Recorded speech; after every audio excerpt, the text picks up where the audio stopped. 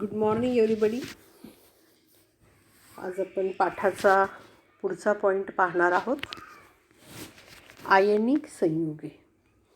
काल सांगितलं होतं, अत्यंत महत्त्वाचा असा पॉईंट आहे, कारण 10वीमध्ये जवळपास 2 पाठ तुम्हाला या आयनिक संयुगे या मुद्द्यावर आधारित आहेत. तर आयनिक संयुगे म्हणजे काय? तर सुरुवातीला आपण संयुगे म्हणजे काय ते पाहूयात. मागे पहिल्यांदा सांगितलं होतं, जेव्हा 2 किंवा 2पेक्षा अधिक मूलद्रव्य इलेक्ट्रॉनची देवाणघेवाण करून किंवा आपण ते बघितलं विशिष्ट प्रमाणात घेऊन त्यांच्यावर रासायनिक अभिक्रिया केली असता जो नवीन गुणधर्माचा पदार्थ तयार होतो त्याला संयुगे म्हणतात. मग आता ही संयुगे तयार करताना एक मुद्दा आपल्या लक्षात आलेला आहे की संयुगे तयार करत असताना आपल्याला 2 किंवा 2पेक्षा अधिक मूलद्रव्ये घ्यावी लागतात. आणि दुसरं महत्त्वाचं सांगितलेलं होतं की ती तुम्हाला विशिष्ट प्रमाणात घ्यावी लागतात. मग हे का विशिष्ट प्रमाणातच का घ्यावी लागतात त्याचा आपल्याला आता या पॉईंटमध्ये विचार करायचा आहे. आणि असं हे प्रमाणात घेतल्यानंतर जी संयुगे तयार होतात त्याला आयनिक संयुगे असं म्हणतात. तर सुरुवातीला आपण थोडंसं मूलद्रव्याच्या परत ह्याच्याकडे जाऊयात, जे तुम्ही इलेक्ट्रॉन संरूपण वगैरे पाहिलेलं होतं. पहा, इथं सोडियम आहे, अणुअंक 11 आहे, म्हणून त्याचं इलेक्ट्रॉन संरूपण कसं होतं 2,8,1. ठीक आहे, 2,8,1. मग आता याला आपली अष्टक स्थिती पूर्ण करायला काय करायचं आहे? काय करतो तो? एकतर त्याला 7 इलेक्ट्रॉन घ्यावे लागतात किंवा 1 इलेक्ट्रॉन द्यावा लागतो. म्हणून तो काय करतो? 1 इलेक्ट्रॉन कोणाला तरी देऊन टाकतो. दिल्यानंतर मग या सोडियमचं इलेक्ट्रॉन संरूपण कसं होतं 2,8. ठीक आहे, म्हणजे इथं काय होतं, सोडियमचा एक धन आयन तयार होतो.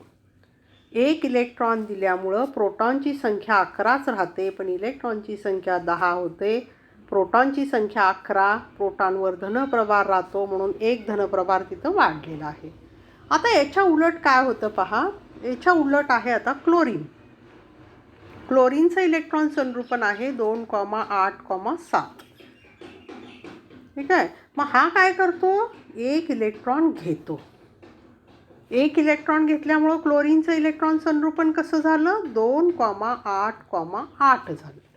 म्हणजे याची पण अष्टक स्थिती पूर्ण झाली. 1 इलेक्ट्रॉन दिल्यानंतर क्लोरीनची पण अष्टक स्थिती पूर्ण झाली 1 इलेक्ट्रॉन घेतल्यानंतर. म्हणजे एका इलेक्ट्रॉनची देवाणघेवाण झालेली आहे.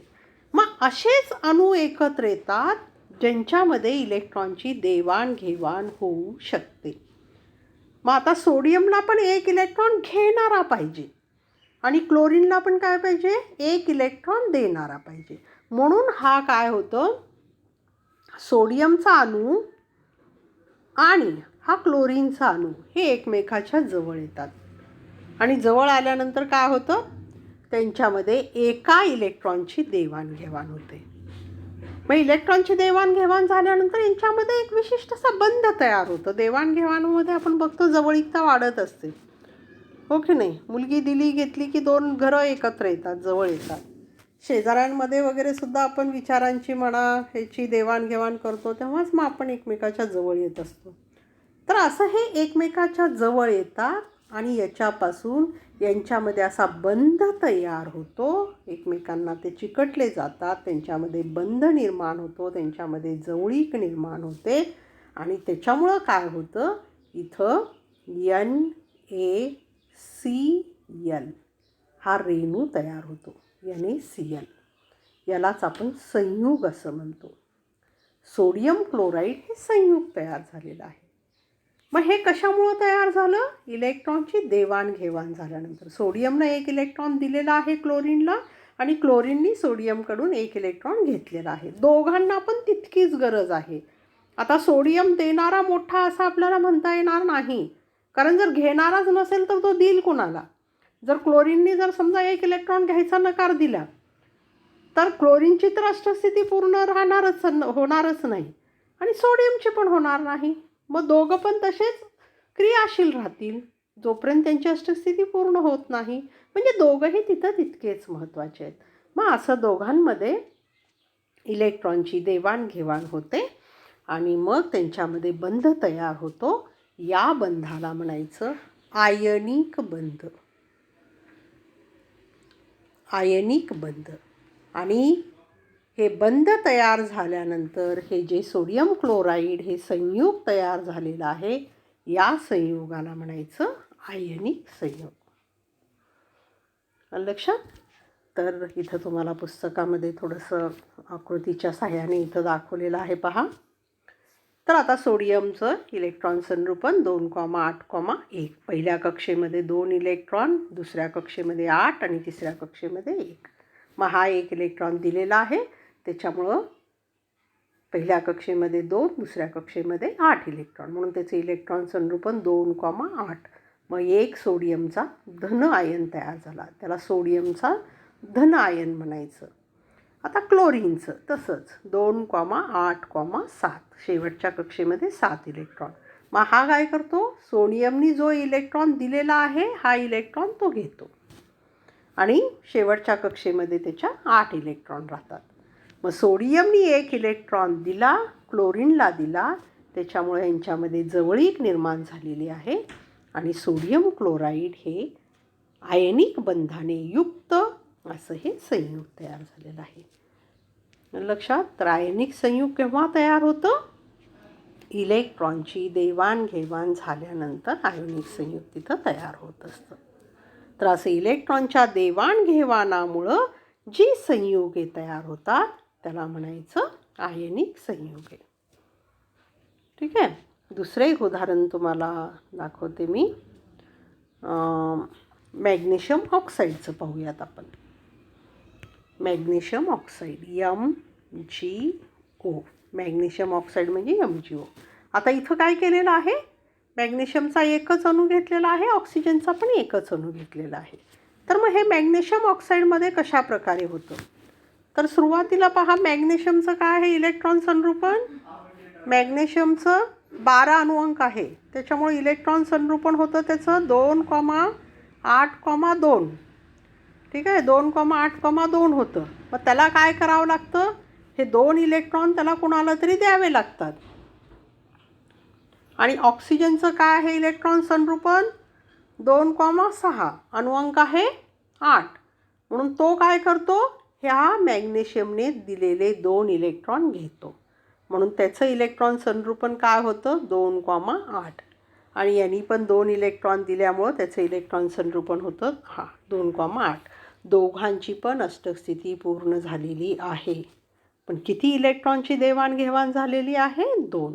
म्हणजे इथं काय होतं, मॅग्नेशियमचा 2 धनप्रभारित आयन तयार होतो आणि ऑक्सिजनचा 2 ऋणप्रभारित 2 इलेक्ट्रॉन घेतल्यामुळं त्याचे 2 ऋणप्रभार त्याचा वाढतो.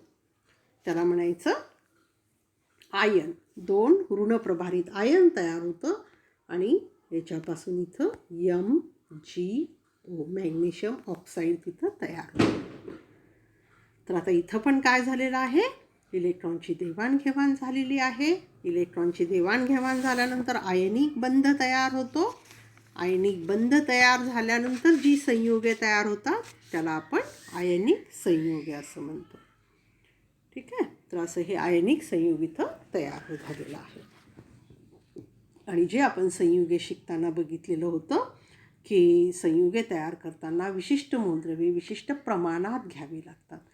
मग हे का घ्यावी लागतात याच्यासाठीच. समजा आता मॅग्नेशियमला 2 इलेक्ट्रॉन देणार आहे, ऑक्सिजन 2 इलेक्ट्रॉन घेणार आहे. पण समजा तिथं तुम्ही मॅग्नेशियम आणि क्लोरीनमध्ये अभिक्रिया केलात, मॅग्नेशियम आणि क्लोरीनमध्ये, तर मॅग्नेशियमचं काय आहे इलेक्ट्रॉन संरूपण 2,8,2. तो 2 इलेक्ट्रॉन देणार आहे. पण आता क्लोरीनला पहा, क्लोरीनला किती पाहिजेत इलेक्ट्रॉन 2,8,7 पाहिजेत इलेक्ट्रॉन संरूपण. मग याला किती पाहिजे क्लोरीनला एकच इलेक्ट्रॉन पाहिजे, पण मॅग्नेशियमला 2 देणारा आहे, म्हणजे त्याला 2 घेणारे पाहिजे. मग आता याच्यामध्ये तुम्ही Mgचा एक अणू आणि Clचा एक अणू घेतलात तर दोघांची पण अष्टक स्थिती म्हणजे पूर्ण होणार नाही. ह्यानी 2 दिला की ह्याचे होईल, पण ह्याच्याकडे एक एक्स्ट्रा होईल. मग तो जादा घेऊन अस्थिर होईल का? होणार नाही. मग काय करावं लागेल आता इथं तुम्हाला? मॅग्नेशियम आणि क्लोरीनमध्येच तुम्हाला इलेक्ट्रॉनची देवाणघेवाण करायची आहे. मग काय करावं लागेल? तर काय करावं लागेल तुम्हाला इथं? अजून एक क्लोरीनचा अणू घ्यावा लागेल. त्याचं इलेक्ट्रॉन संरूपण होईल 8,2,8,7. मग ह्या मॅग्नेशियमचे जे 2 इलेक्ट्रॉन मॅग्नेशियमला दिलेले आहेत त्याच्यापैकी एक इलेक्ट्रॉन हा पहिला क्लोरीनचा अणू घेईल, दुसरा इलेक्ट्रॉन दुसरा क्लोरीनचा अणू घेईल. त्याच्यामुळे मॅग्नेशियमचं इलेक्ट्रॉन संरूपण 2,8 होईल आणि क्लोरीनच्या पहिल्या अणूचं 2,8,8 होईल एक इलेक्ट्रॉन घेतल्यामुळं, आणि दुसऱ्या क्लोरीनच्या अणूचं 2,8,8च होईल. म्हणजे इथं काय झालेलं आहे? तिघांची पण अष्टक स्थिती पूर्ण झालेली आहे. म्हणून मग आता तुमचं काय होईल? मॅग्नेशियम क्लोराईडचं रेणुसूत्र Mgचे आपण किती अणू घेतलेले आहेत? 1 घेतलेले आहे. आणि क्लोरीनचे किती घेतलेले आहेत? 2. म्हणून क्लोरीनच्या पुढे तुम्हाला काय लावावं लागेल? 2 लिहावं लागेल. Magnesium chloride. तुम्ही फक्त Mg आणि Clच घेतलात, एकच घेतलात, तर होईल का तिथं अष्टक स्थिती पूर्ण? होणार नाही. म्हणून MgCl हे तयारच होणार नाही तिथं. म्हणजे तुम्हाला काय करावं लागेल? Mgचा एक घेतला तर Clचे 2च घ्यावे लागतील. ठीक आहे. तर अशा प्रकारे रेणुसूत्र जे ठरवताना आपण बघितलेलं होतं की त्यांच्यामध्ये इलेक्ट्रॉनची म्हणजे विशिष्ट प्रमाणात ते घेणं आवश्यक आहे. तर अशी आयनिक संयुगे झाली. यानंतर तुम्हाला पाठाचा दुसरा पॉईंट पाहायचा आहे, विचरण. ह्या आयनिक संयुगाच्या संदर्भामध्ये असलेला हा मुद्दा आहे. विचरण म्हणजे काय? तर विचरण म्हणजे आयन वेगळे होणे. जे आयन तयार झालेले असतात, आयनिक संयुगे आयनांपासून तयार झालेले असतात, तर हे आयन वेगळे होण्याच्या क्रियेला विचरण असं म्हणतात. आता हे समजा पाणी घेतलेलं आहे तुम्ही एका भांड्यामध्ये. आता हे पाणी घेतलं. आता पाण्यामध्ये नेमकं काय असतं? हे सोडियमचे धन आयन असतात. सोडियमचे धन आयन समजा आता इथं मी 4 दाखवायला लागले. सोडियमचे धन आयन, आणि याला चिटकूनच काय आहेत? आता क्लोरीनचे ऋण आयन आहेत इथं. पाणी म्हणजेच मीठ म्हणजे सोडियमचे धन आयन आणि क्लोरीनचे ऋण आयन. जेव्हा तुम्ही ह्या पाण्यामध्ये मीठ टाकता, मिठाचं पाणी तयार करता, मिठाचं द्रावण तयार करता, मग त्यावेळेस काय होतं? या मिठाचं विचरण होतं, म्हणजे आयन वेगळे होतात. आता मीठ कशापासून तयार झालेलं आपण बघितलं? सोडियमचा धन आयन आणि क्लोरीनचा ऋण आयन, याच्यापासून NaCl मीठ तयार झालं. मग आता हे NaCl जेव्हा तुम्ही पाण्यामध्ये टाकता तेव्हा काय होतं? हीच क्रिया होते. सोडियमचे धन आयन आणि क्लोरीनचे ऋण आयन वेगळे होतात. या क्रियेला म्हणायचं विचरण.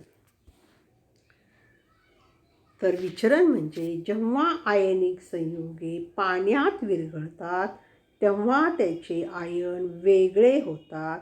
हे आयन वेगळे होण्याच्या क्रियेला विचरण असे म्हणतात. किंवा आपण आता मॅग्नेशियम ऑक्साईडचं पाहिलेलं होतं. मॅग्नेशियम ऑक्साईड, मॅग्नेशियमचे 2 धन आयन आणि ऑक्सिजनचे 2 ऋण आयन वेगळे होतात. त्याला विचरण म्हणायचं. समजलं? विचरण म्हणजे जेव्हा आयनिक संयुगे आपण पाण्यात विरघळतो तेव्हा त्याचे आयन वेगळे होतात. या क्रियेला विचरण असे म्हणतात. आता हेच विचरण तुम्हाला आम्ल आणि आम्लारीच्या बाबतीमध्ये लक्षात ठेवायचं आहे. आता आम्ल आणि आम्लारीच्या बाबतीत कसं होतं ते पहा. तर आम्ल, एक आता उदाहरण घेऊया आपण, हायड्रोक्लोरिक आम्ल. ठीक आहे, हायड्रोक्लोरिक आम्ल आहे. मग ह्या हायड्रोक्लोरिक आम्लाचं विचरण कसं होतं?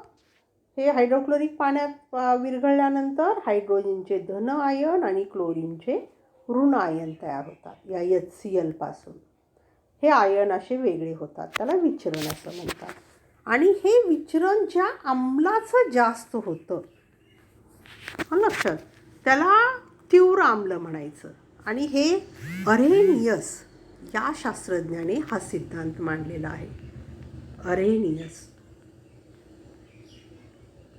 अरेनियसचा आम्ल व आम्लारीचा सिद्धांत.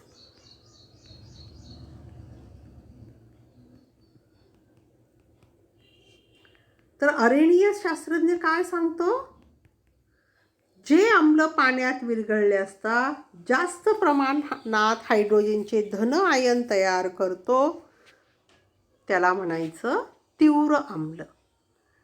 आणि जे आम्ल पाण्यात विरघळलं की ह्या हायड्रोजनच्या धन आयनाचं प्रमाण कमी असतं त्याला म्हणायचं सौम्य आम्ल. ठीक आहे. आणि याच्या उलट होतं आम्लारीचं. जे आम्लारी पाण्यात विरघळले असता OHचे प्रमाण जास्त असतं त्याला म्हणायचं तीव्र आम्ल. आणि जे आम्ल पाण्यात विरघळले असता OHचं प्रमाण कमी असतं त्याला म्हणायचं सौम्य आम्लारी. तर असं अरेनियस या शास्त्रज्ञाने आम्ल आणि आम्लारीच्या बाबतीमध्ये हा सिद्धांत सांगितलेला आहे. आणि यावरूनच त्यांनी आम्ल आणि आम्लारीची व्याख्या तयार केली आहे. तर काय सांगतं आम्ल म्हणजे, कालच मी सांगितलेलं, जे द्रावण पाण्यात विरघळले असता त्याच्यामध्ये हायड्रोजनचे धन आयन तयार होतात त्याला आम्ल म्हणायचं. जे द्रावण पाण्यात विरघळले असता त्याच्यापासून OHचे ऋण आयन तयार होतात त्याला म्हणायचं आम्लारी. ठीक आहे. आणि ज्याचे धन आयन जास्त प्रमाणात तयार होतात त्याला तीव्र आम्ल म्हणायचं. ज्याचे OH आयन जास्त प्रमाणात तयार होतात त्याला तीव्र आम्लारी म्हणायचं. ज्याचे H आयन कमी प्रमाणात तयार होतात त्याला सौम्य आम्ल म्हणायचं. ज्याचे OH कमी प्रमाणात तयार होतात त्याला सौम्य आम्लारी. समजलं. तर अशा प्रकारे आज आपण इथं आयनिक संयुगे, त्याच्यानंतर आम्ल, अरेनियसच्या शास्त्रज्ञानुसार आम्ल आणि आम्लारीची व्याख्या, त्यानंतर आपण तीव्र आम्ल, सौम्य आम्ल, तीव्र आम्लारी आणि सौम्य आम्लारी पाहिलं. ठीक आहे. तर प्रश्न काढून लगेच दिले तुम्हाला. सगळ्यांनी ते प्रश्न सोडवायचे आहेत. आणि मागे सांगितल्याप्रमाणे घटक चाचणीची व्यवस्थित तयारी करायची आहे. परवाला 8 तारखेला तुमची परीक्षा होणार आहे. काही अडचणी असतील तर फोन करून विचारत चला. तर घरीच राहा, सुरक्षित राहा, स्वतःची पण काळजी घ्या, घरच्यांची पण काळजी घ्या. Have a good day.